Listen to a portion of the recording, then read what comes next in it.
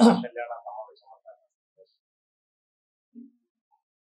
ತಮ್ಮ ಮೂಲಕ ನಾಡಿನ ಮುಖ್ಯಮಂತ್ರಿಗಳಿಗೆ ಕೇಳೋದಕ್ಕೆ ಇಚ್ಛೆ ಪಡ್ತೇನೆ, ಏನು ಜನ ಕಲ್ಯಾಣ?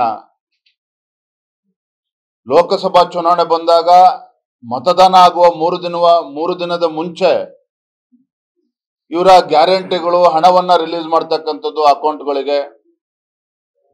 ಲೋಕಸಭಾ ಚುನಾವಣೆ ಮುಗಿಯಿತು, ಮತ್ತೆ ಮರ್ತೋಯ್ತು ಮಂತ್ರಿಗಳಿಗೆ, ಮುಖ್ಯಮಂತ್ರಿಗಳಿಗೆ.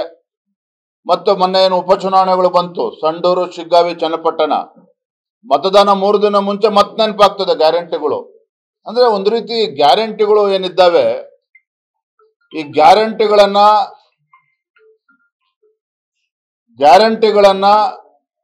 ಒಂದು ರೀತಿ ಅವಮಾನ ಮಾಡ್ತಕ್ಕಂಥ ರೀತಿನಲ್ಲಿ ಈ ನಾಡಿನ ಬಡವರನ್ನ ಒಂದು ರೀತಿ ಅವಮಾನಿಸ್ತಕ್ಕಂಥ ನಿಟ್ಟಿನಲ್ಲಿ ಅದನ್ನ ದುರ್ಬಳಕೆ ಮಾಡ್ಕೊಳ್ತಾ ಇದ್ದಾರೆ.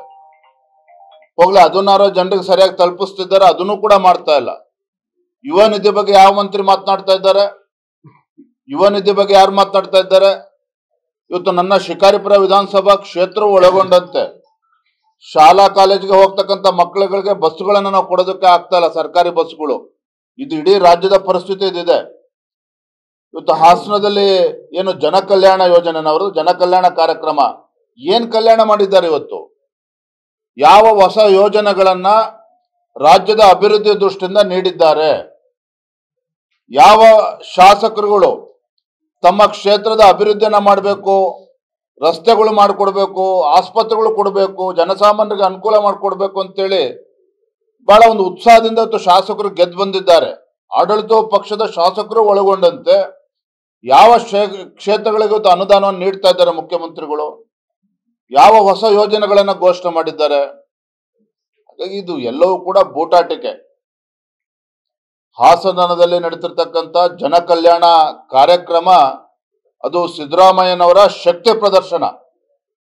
3 ಚುನಾವಣೆಗಳು, ಉಪಚುನಾವಣೆಗಳನ್ನ ಗೆದ್ದಿದ್ದೇನೆ, ಯಾವುದೇ ಕಾರಣಕ್ಕೂ ಮುಖ್ಯಮಂತ್ರಿ ಸ್ಥಾನವನ್ನ ಬಿಟ್ಕೊಡೋದಿಲ್ಲ ಅನ್ನುವ ಧಮಕಿ ಇದೆಯಲ್ಲ, ಅದನ್ನ ಜನ ಕಲ್ಯಾಣ ಅಂತ ಹೆಸರು ಇಟ್ಕೊಂಡು ಮಾಡಕ್ ಹೊರಟಿದ್ರು. ಪಾಪ DK ಶಿವಕುಮಾರ್ ಇವತ್ತು ರಾಜ್ಯದಲ್ಲಿ ಕಾಂಗ್ರೆಸ್ ಸರ್ಕಾರ ಬರಬೇಕು ಅಂತ ಹೇಳಿದ್ರೆ ನಂದು ಕೂಡ ಪಾತ್ರದ 50% ಅಂತೇಳಿ DK ಶಿವಕುಮಾರ್ ಮುಖ್ಯಮಂತ್ರಿ ಆಗೋದಕ್ಕೆ ಕಾಯ್ತಾ ಇದ್ದಾರೆ. ಇವರು ಜನ ಕಲ್ಯಾಣ ಅಂತೇಳಿ ಹೊರಟ್ರೆ ಅವ್ರ ಪರಿಸ್ಥಿತಿ ಏನಾಗಬೇಕು? ಹಾಗಾಗಿ ಪಾಪ ರಾಜ್ಯದ ಅಧ್ಯಕ್ಷ ಮುಂಚಿತವಾಗಿ ಹೋಗಿ ಹಾಸನದಲ್ಲಿ ಆ ಕಾರ್ಯಕ್ರಮ ಹೈಜಾಕ್ ಮಾಡಿದ್ರು. ಇಲ್ಲಾಂದ್ರೆ ಆ ಕಾರ್ಯಕ್ರಮದಲ್ಲಿ ಸಿದ್ದರಾಮಯ್ಯನವ್ರ ಫೋಟೋ ಬಿಟ್ರೆ ಯಾರ್ದು ಫೋಟೋ ಇರ್ತಾ ಇರಲಿಲ್ಲ, DK ಶಿವಕುಮಾರ್ ಇಲ್ಲ, ಯಾರ್ದು ಫೋಟೋ ಇರ್ತಾ ಇರಲಿಲ್ಲ. ಅಂದ್ರೆ ಎಲ್ಲೋ ಒಂದ್ ಕಡೆ ಕಾಂಗ್ರೆಸ್ನಲ್ಲಿ ಮುಖ್ಯಮಂತ್ರಿ ಗಾದಿಗೆ ಪೈಪೋಟಿ ಏನಿದೆ ಅವರೇ ಹೇಳ್ಬೇಕು. ಇವತ್ತು ಮುಖ್ಯಮಂತ್ರಿಗಳು ಬಹಿರಂಗ ಪಡಿಸ್ಬೇಕಾಗ್ತದೆ ಏನು ಒಪ್ಪಂದ ಆಗಿದೆ, ಒಳ ಒಪ್ಪಂದ ಆಗಿದೆ ದೆಹಲಿನಲ್ಲಿ ಕಾಂಗ್ರೆಸ್ ಹೈಕಮಾಂಡು ಸಿದ್ದರಾಮಯ್ಯ DK ಶಿವಕುಮಾರ್ ಮಧ್ಯೆ.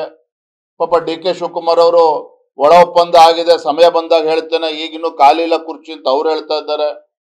ಅವರೇ ತಿಳಿಸ್ಬೇಕಾಗಿದೆ. ಇದರ ನಡುವೆ ಜನ ಇವತ್ತು ಬೀದಿಗೆ ಬರ್ತಕ್ಕಂಥ ಪರಿಸ್ಥಿತಿ ನಿರ್ಮಾಣ ಆಗಿರೋದಂತೂ ಸತ್ಯ. ನಿನ್ನೆ ಕೂಡ ನಾನು ಮಾತನಾಡಿದ್ದೇನೆ. ಈ ಭಾಗದಲ್ಲಿ ಇವತ್ತು ತೊಗರಿ ಏನು ಬೆಳೀತಾರೆ, ಇವತ್ತು ಸುಮಾರು 2.5-3 ಲಕ್ಷ ಎಕರೆನಲ್ಲಿ ಇವತ್ತು ಬೆಳೆ ಸಂಪೂರ್ಣವಾಗಿ ನಾಶ ಆಗಿದೆ. ಕನಿಷ್ಠ 25-30 ಸಾವಿರ ಪರಿಹಾರನ ಕೊಡಬೇಕು ಅಂತೇಳಿ ಜನರ ಅಪೇಕ್ಷೆ ಇದೆ, ರೈತರ ಅಪೇಕ್ಷೆ ಇದೆ. ಕಾನೂನು ಸುವ್ಯವಸ್ಥೆ ಗುಲ್ಬರ್ಗ ಜಿಲ್ಲೆ ನಿಮ್ಗಳಿಗೆ ಗೊತ್ತಿದೆ ಏನಾಗಿದೆ ಪರಿಸ್ಥಿತಿ ಅಂತೇಳಿ. ಕೊಲೆಗಳಾದ್ರೂ ಕೂಡ ಮುಚ್ಚಿ ಹಾಕ್ತಕ್ಕಂಥ ಪ್ರಯತ್ನ ನಡೀತಾ ಇದೆ, ಯಶಸ್ವಿಯಾಗಿ ಮಾಡ್ತಾನೂ ಇದ್ದಾರೆ. ಎಲ್ಲ ಒಂದ್ ಕಡೆ ಕಾನೂನು ಸುವ್ಯವಸ್ಥೆನೂ ಕೂಡ ಸಂಪೂರ್ಣವಾಗಿ ಹದಗೆಟ್ಟಿದೆ. ನಾನಿವತ್ತು ರಾಜ್ಯದ ಅಧ್ಯಕ್ಷನಾಗಿ ಟೀಕೆ ಮಾಡ್ಬೇಕು ಅಂತೇಳಿ ಇದನ್ನ ಹೇಳ್ತಾ ಇಲ್ಲ. ಇವತ್ತು ಗುಲ್ಬರ್ಗ ಜಿಲ್ಲೆನಲ್ಲಿ ಏನೇನು ಘಟನೆಗಳು ನಡೀತಿದೆ ನಿಮ್ಗೆಲ್ಲೂ ಕೂಡ ತಿಳಿದಿದೆ.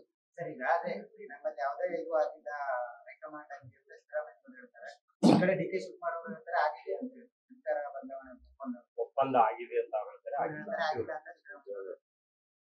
ಹೇಳಿದ್ನಲ್ಲ, ಈಗ ಜಿದ್ದಾಜಿದ್ದಿ ಶುರುವಾಗಿದೆ. 4 ಗೋಡೆ ಮಧ್ಯೆ ಇತ್ತು, ಬಹಿರಂಗವಾಗಿ ಚರ್ಚೆ ಶುರು ಆಗಿದೆ. ಇನ್ನು ಹೊಡೆದಾಟಕ್ಕೂ ಕೂಡ ನಿಂತ್ಕೊಳ್ತಾರೆ. ಎಸ್ ಸರ್, ಬೇರೆಣ್ಣ ಈಗ ವೈದ್ಯರ ದಾಖಲೆ ಎಲ್ಲೂ ಕೂಡ ಇಲ್ಲಿ ಕೂಡ ಪತ್ತೆ ಆಗಿಲ್ಲ, ಮತ್ತೆ ಅದನ್ನೇ ಆಗ್ತಿಲ್ಲ. ಭಾರತೀಯ ಜನತಾ ಪಾರ್ಟಿ ಮೂಡ ಪ್ರಕರಣವನ್ನ ಬಹಳ ಗಂಭೀರವಾಗಿ ತೆಗೆದುಕೊಂಡು ಹೋರಾಟವನ್ನು ಮಾಡಿದ್ವಿ, ಪಾದಯಾತ್ರೆ ಮಾಡಿದ್ವಿ. ಬಿಜೆಪಿ JDS ನನ್ನನ್ನ ತೇಜೋವಧೆ ಮಾಡ್ತಾ ಇದ್ದಾರೆ, ರಾಜಕೀಯವಾಗಿ ನನ್ನನ್ನ ಮುಗಿಸ್ತಕ್ಕಂಥ ಷಡ್ಯಂತ್ರ ಇದು ಅನ್ನೋದನ್ನ ಸಿದ್ದರಾಮಯ್ಯನವರು ಪದೇ ಹೇಳ್ತಾ ಇದ್ರು. ತಾವೇನೂ ತಪ್ಪೆಸಗಿಲ್ಲ, 14 ನಿವೇಶನಗಳನ್ನ ಯಾಕೆ ನಾನು ಹಿಂದಿರುಗಿಸ್ಬೇಕು, ಮುಖ್ಯಮಂತ್ರಿ ಧರ್ಮಪತ್ನಿ ಅಂತ ಹೇಳಿದ್ರೆ ಅವ್ರಿಗೆ ಸಿಗಬಾರ್ದು. ಹಾಗಾದ್ರೆ ನ್ಯಾಯಬದ್ಧವಾಗಲ್ಲ ಮುಖ್ಯಮಂತ್ರಿಗಳು. ಇದು ಅಕ್ರಮವಾಗಿ ನಿಮಗೆ ಕೊಟ್ಟಿರ್ತಕ್ಕಂಥದ್ದು ನಿವೇಶನ ನಿಮ್ಮ ಧರ್ಮಪತ್ನಿಗೆ. 62 ಕೋಟಿ ನಮಗೆ ಪರಿಹಾರ ಕೊಡ್ಲಿ, ನಿವೇಶನಗಳನ್ನ ಹಿಂದಿರುಗಿಸ್ತೇನೆ ಅಂತ ಹೇಳಿ ಮುಖ್ಯಮಂತ್ರಿಗಳು ಹೇಳ್ತಾ ಇದ್ರು. ಯಾವುದೇ ಪರಿಹಾರ ಇಲ್ದೇನೆ ಇವತ್ತು ಹಿಂದಿರುಗಿಸಿದ್ದಾರೆ. ಹಾಗಾಗಿ ಇವತ್ತು ಫೋರ್ಜರಿ ಆಗಿದೆ, ಕಿತ್ತಕ್ಕಂತ ಕೆಲಸ ಆಗಿದೆ, ಅನೇಕ ವಿಚಾರಗಳಿದೆ. ಈಗ ಇಡಿ ತನಿಖೆ ಮುಂದೆ ಇವೆಲ್ಲವೂ ಪ್ರಕರಣ ಬೆಳಕಿಗೆ ಬರ್ತಾ ಇದೆ. ಅಧಿಕಾರನೇ ಇಲ್ಲ, ಇಡಿಗೆ ತನಿಖೆ ಮಾಡಕ್ ಅಧಿಕಾರನೇ ಇಲ್ಲ. ಈಗ ಲೋಕಾಯುಕ್ತಕ್ಕೆ ಲೆಟರ್ ಬರೆದಿದ್ದಾರೆ. ಇದು ತನಿಖೆ ಕೋರ್ಟ್ ಮೇಲೆ ಒತ್ತಡ ಇರತ್ತಂತ ಅಂತ ಸಿದ್ದರಾಮಯ್ಯ. ಹೌದು ಸ್ವಾಮಿ, ನಿಮಗ್ ಬೇಕಾದಂತ ಅಧಿಕಾರಿಗಳನ್ನ ತನಿಖಾ ಸಂಸ್ಥೆಯಲ್ಲಿ ಹಿಡ್ಕೊಂಡು ನಿಮ್ಮ ಬಾಮೈದ ರಾತ್ರಿ 8 ಗಂಟೆಗೂ ಹೋಗ್ಬೋದು, ರಾತ್ರಿ 12 ಗಂಟೆಗೂ ಲೋಕಾಯುಕ್ತ ತನಿಖಾ ಸಂಸ್ಥೆಗೆ ಭೇಟಿಯನ್ನ ಕೊಡ್ಬೋದು. ಯಾರು ಏನ್ ಬೇಕಾದ್ರೂ ಮಾಡ್ಬೋದು. ನೀವು ಮಾತ್ರ ರಾಜ್ಯದ ಜನತೆಗೆ ಬಹಳ ಪ್ರಾಮಾಣಿಕ, ನಾನು ಯಾವುದೇ ಒಂದು ಅಕ್ರಮ ನಡೆದೇ ಇಲ್ಲ ಅಂತೇಳಿ ಬಿಂಬಿಸ್ಕೊಳ್ತಕ್ಕಂಥ ಪ್ರಯತ್ನ ಯಶಸ್ವಿಯಾಗಿ ಮಾಡ್ಕೊಂಡು ಅಕ್ರಮಗಳನ್ನ ಮುಚ್ಚಾಕ್ತಕ್ಕಂಥ ಕೆಲಸ ಮಾಡ್ತಾ ಇದ್ದೀರಿ. ಇವತ್ತು ಇಡಿ ತನಿಖಾ ಸಂಸ್ಥೆಯಿಂದ ಅಕ್ರಮ ಬಹಿರಂಗ ಆಗ್ತಿದ್ದಂಗೆನೆ ಪಾಪ ಸಿದ್ದರಾಮಯ್ಯನವರಿಗೆ ಕೋಪ ಶುರುವಾಗಿದೆ ಇಡಿ ಮೇಲೆ. ಆದ್ರೆ ಸತ್ಯನೇ, ಅದನ್ನು ಮುಚ್ಚಿಡೋದಕ್ಕೆ ಸಾಧ್ಯ ಇಲ್ಲ. ತಾವು ಕೂಡ ಪತ್ರಿಕಾ ಹಾಗೂ ಮಾಧ್ಯಮದಲ್ಲೂ ಕೂಡ ಬಿತ್ತರಿಸಿದ್ರಿ. ಏನೋ ಅವರ ಅರ್ಜಿಯನ್ನ ತಿದ್ದಿರ್ತಕ್ಕಂಥದ್ದು ವೈಟ್ನರ್ ಹಚ್ಚಿರ್ತಕ್ಕ ಇಡಿ ಅಲ್ಲ. ಇಡಿ ಹೇಳಕ್ಕೂ ಮುಂಚೆನೆ ಪತ್ರಿಕೆಗಳಲ್ಲಿ ಎಲ್ಲವೂ ಕೂಡ ಚರ್ಚೆ ಆಗಿದೆ, ದೃಶ್ಯ ಮಾಧ್ಯಮಗಳಲ್ಲಿ. ಮುಖ್ಯಮಂತ್ರಿಗಳು ಪ್ರಾಮಾಣಿಕರಿದ್ರೆ ಅದನ್ನ ಬಹಿರಂಗ ಪಡಿಸ್ಬೇಕಾಗಿತ್ತು. ಆ ಪ್ರಾಮಾಣಿಕತೆ ಮುಖ್ಯಮಂತ್ರಿಗಳಿಗಿಲ್ಲ ಅನ್ನೋದು ಈಗ ಜಗಜ್ಜಾಹಿರ ಆಗಿದೆ.